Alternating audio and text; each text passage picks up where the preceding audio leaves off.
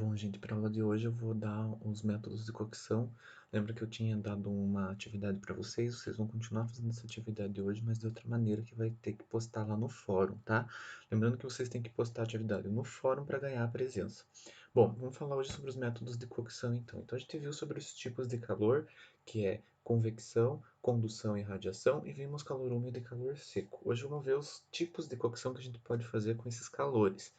Então, o primeiro método que a gente tem aqui é o calor úmido, certo?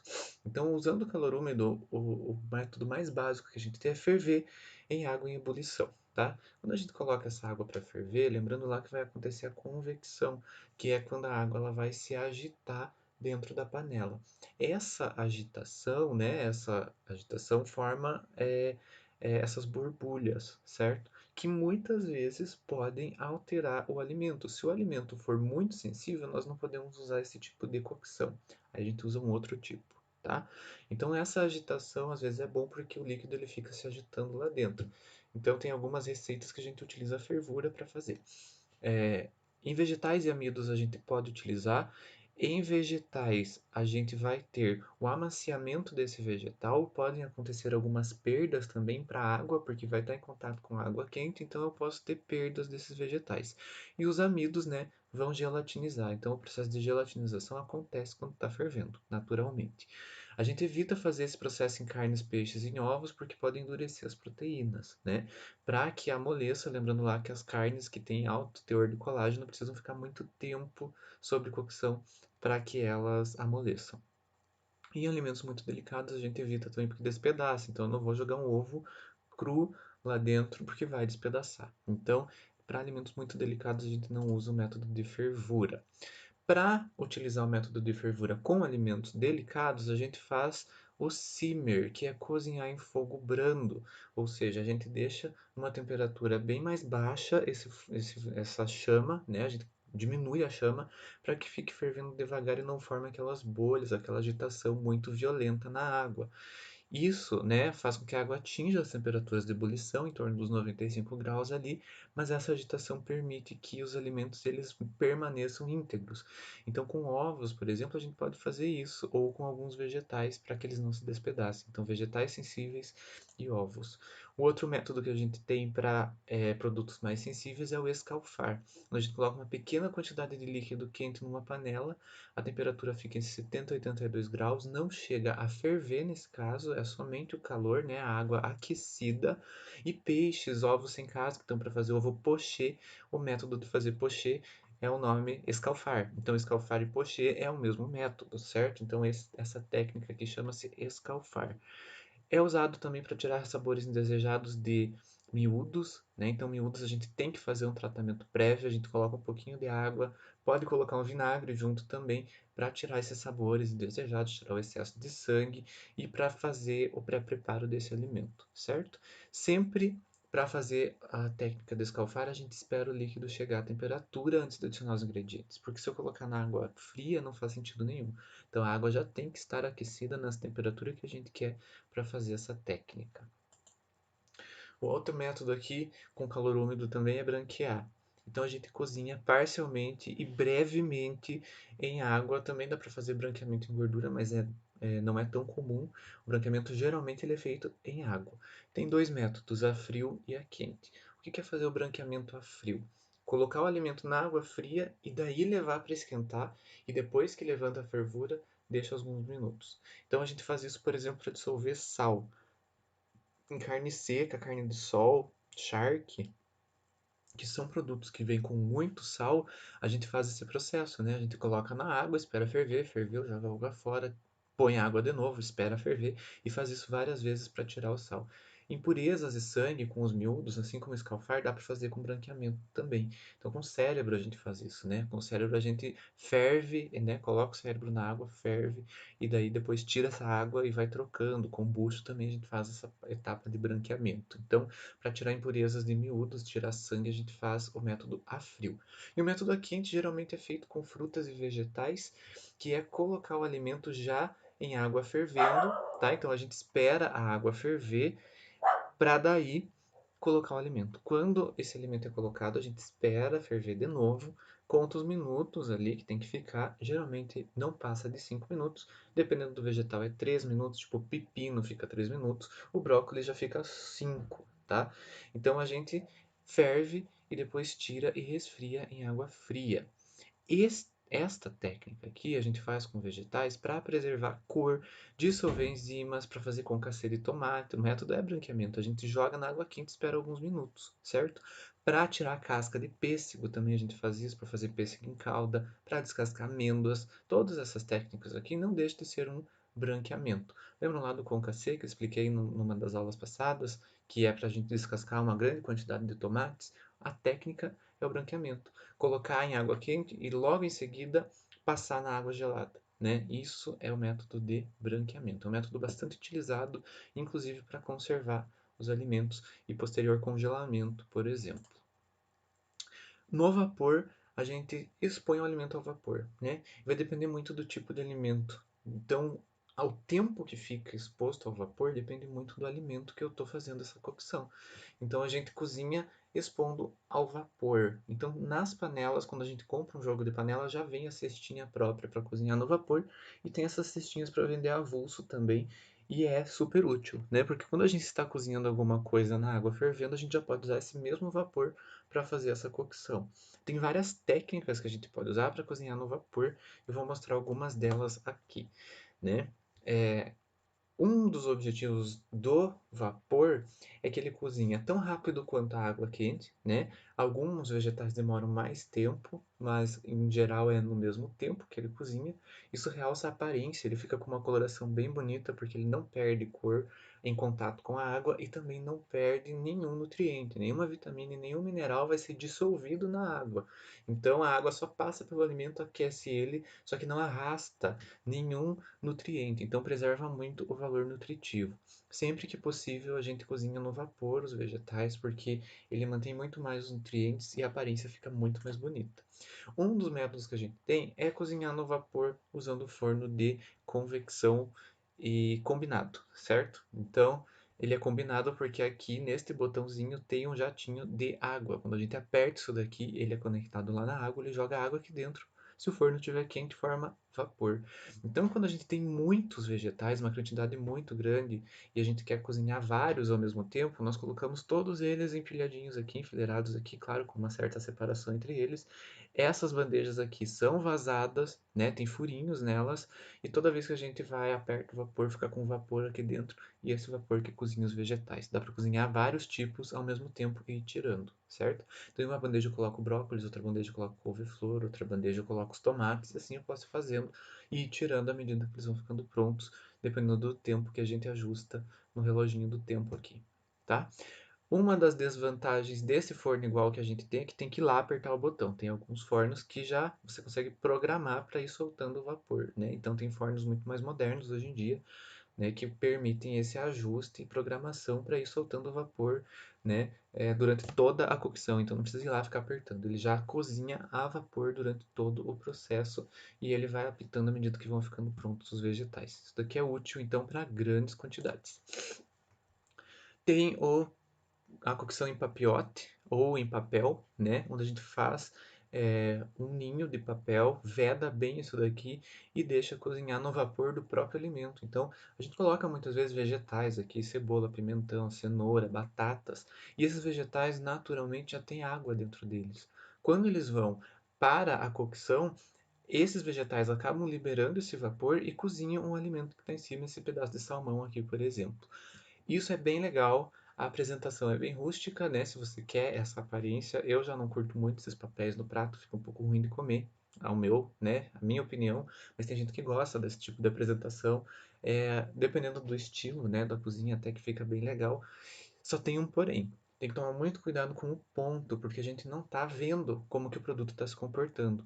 Então eu só vou saber se ele está no ponto se eu conseguir controlar muito bem o tempo que ele fica no forno. Se ele ficar tempo demais, ele vai passar do ponto. E essa é uma parte bem difícil desse tipo de processo.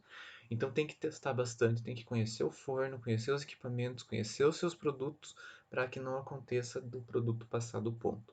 Tá? Mas é um método de cocção bastante interessante, a gente não tem muita perda porque não está em contato com a água vem do próprio alimento, certo? Então é com calor úmido porque está cozinhando no próprio vapor. Uma outra técnica de cozinhar no vapor, né, um pouco mais moderna, é quando a gente usa uma panela de pressão que já vem com a rede de cocção no vapor. Então a pressão o que que faz? Eleva a temperatura acima de 100 graus. É por isso que a panela de pressão cozinha tão rápido. E essa cocção rápida, né, é bom para os vegetais principalmente. Por quê? Os vegetais eles vão perder vitaminas, perder nutrientes quanto mais tempo eles ficam cozinhando. Se eu deixo um tempo curto esses vegetais cozinhando, eles vão perder muito menos nutrientes. Então sempre é mais vantajoso que a gente cozinhe o mais rápido possível.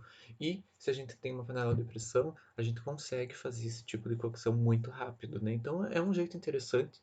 Eu nunca tive contato com uma panela dessas que tenha, né, uma panela de pressão que tenha a cestinha de cocção de vapor, mas é uma coisa muito interessante e de se pensar. O único porém é que as panelas de pressão, né, nessa cestinha cabem poucos vegetais, então eu não consigo fazer uma grande quantidade, mas para o dia a dia eu acho que é bem interessante por ser bem rápido. E por último, a gente tem aqui panelas elétricas de cocção a vapor.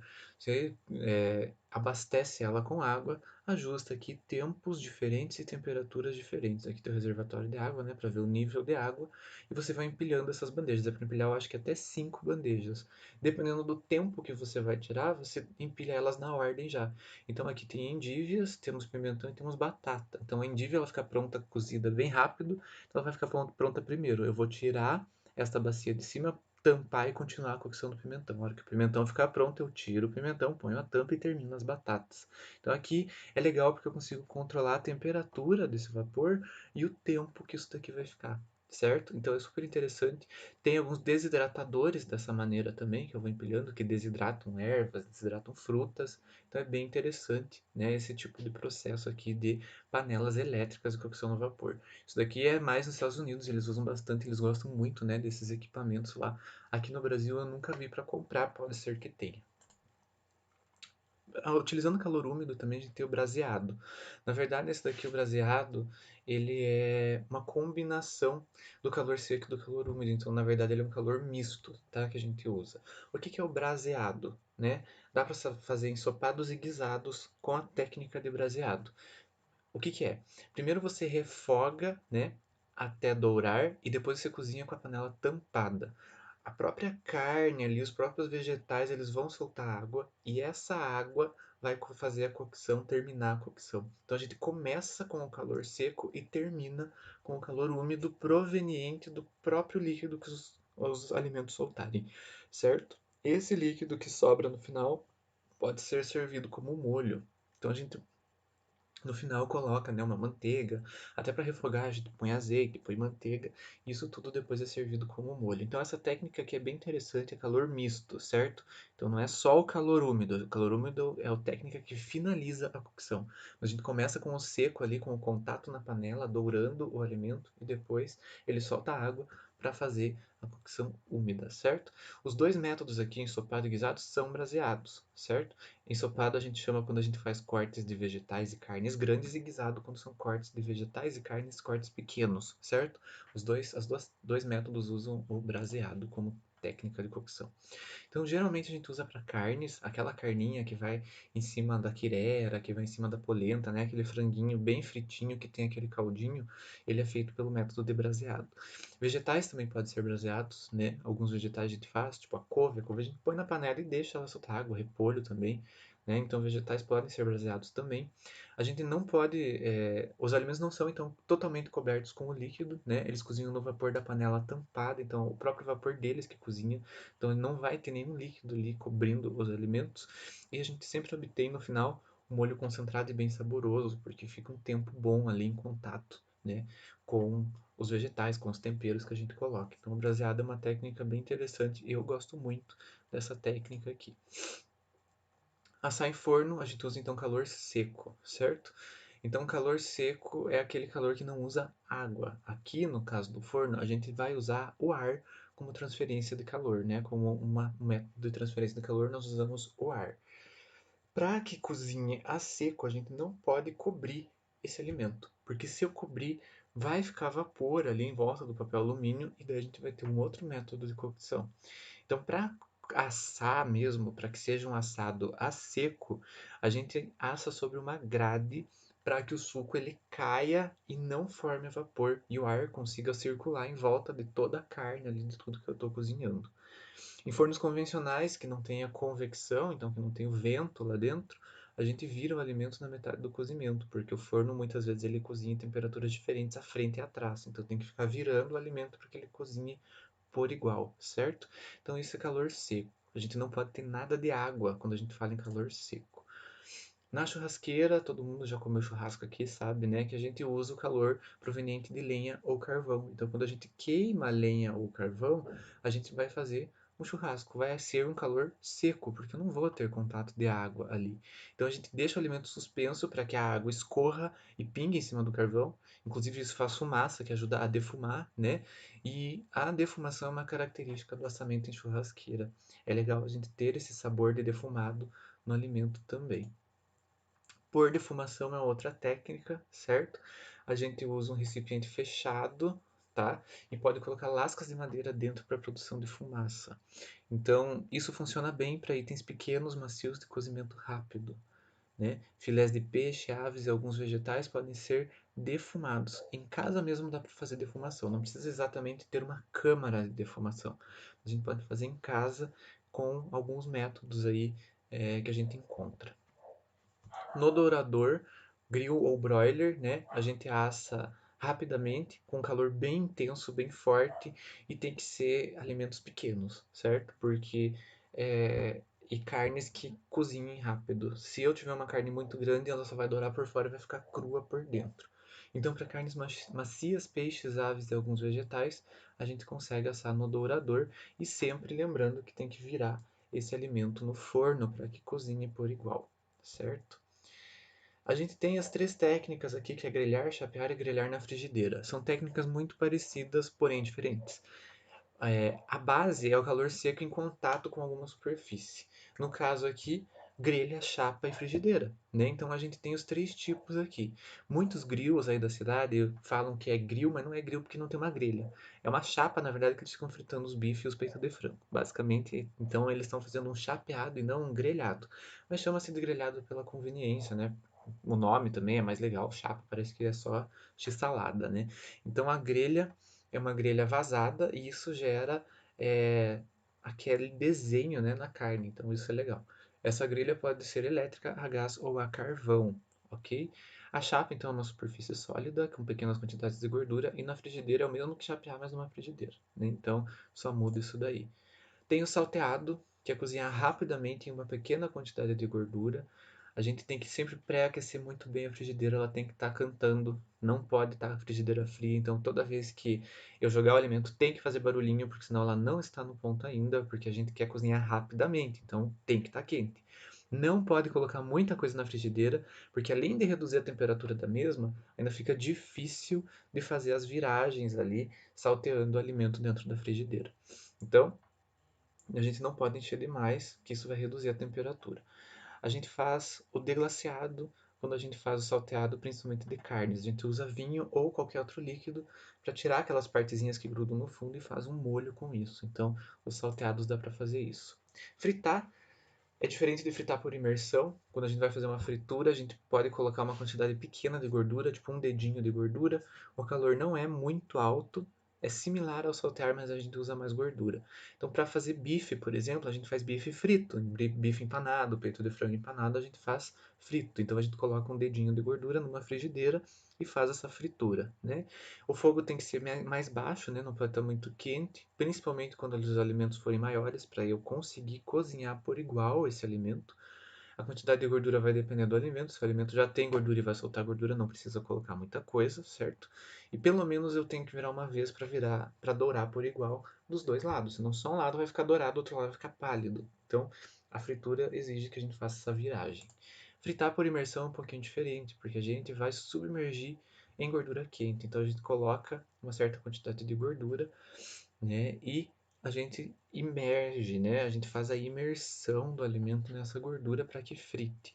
O ideal é que tenha o mínimo de absorção de gordura, a mínima perda de umidade, tem que ficar úmido por dentro, não pode ficar aquela fritura seca, né?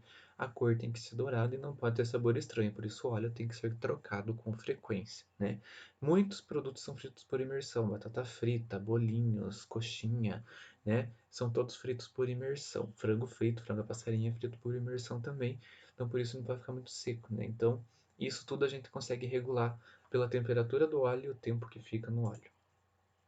Sempre a gente descarta a gordura usada porque ela perde capacidade de transferir calor, chega uma hora que ela não tem mais calor para doar. Evita alimentos de sabor fortes uns com os outros, então no óleo que eu fritei peixe não vou fritar outra coisa, porque senão tudo vai ficar com gosto de peixe. Fritar sempre mais perto da hora de servir para manter a crocância. Não sobrecarregar o óleo para não esfriar e absorver muito óleo, né, para os alimentos continuarem crocantes e não absorverem muito óleo. E sempre esperar a temperatura, certo? Fritura por pressão. Então a gente tem uma fritadeira sobre alta pressão. A temperatura do óleo chega a uns 175 graus, né? E essa temperatura maior, na verdade, a temperatura do óleo aqui chega a mais de 175 graus, né? A gente tem umas temperaturas bem altas de óleo, então o alimento vai cozinhar bem rápido e a temperatura da gordura, mesmo sendo menor, ela cozinha mais rápido porque está numa alta pressão. E a gente tem o último método aqui, que é o método sous vide, que significa do francês sob vácuo. Então a gente tem aqui um termocirculador, que é esse equipamento aqui, que circula água quente numa banheira, numa bacia, certo? Para que seja feita essa cocção, eu embalo o alimento a vácuo. Então a gente precisa fazer com que aconteça uma embalagem a vácuo, a gente sele esse alimento a vácuo e coloque para cozinhar no termocirculador. Isso mantém muito o aroma, o sabor e a umidade do alimento. Então percebam aqui nesse desenho que a carne ela fica sempre uniforme, com uma cocção uniforme, diferente quando a gente faz, né, sob contato ali com uma frigideira, por exemplo. Essa cocção ela demora mais tempo justamente porque a temperatura é menor, então fica de 40 a 70 graus, de 2 a 72 horas, isso tudo vai depender do tipo de alimento que eu quero fazer, certo? As vantagens aqui são barreiras ao oxigênio, resistência térmica, né? Então, a gente tem embalagens, né, com resistência térmica e mecânica, então isso já ajuda a embalar esse alimento depois. Manter a segurança alimentar, porque eu sempre estou usando uma alta temperatura aqui. O fechamento dessa embalagem sempre tem que ser segura, né, para não entrar água lá dentro, manter as características. É prático, competitivo e sustentável. Se vocês quiserem, eu posso postar esse link aqui do YouTube, que é uma demonstração de como é que o seu vídeo funciona. Então, se vocês quiserem, me peçam que eu posto lá no fórum, beleza? Então era isso, gente, para a aula de hoje. Nos vemos então na próxima aula.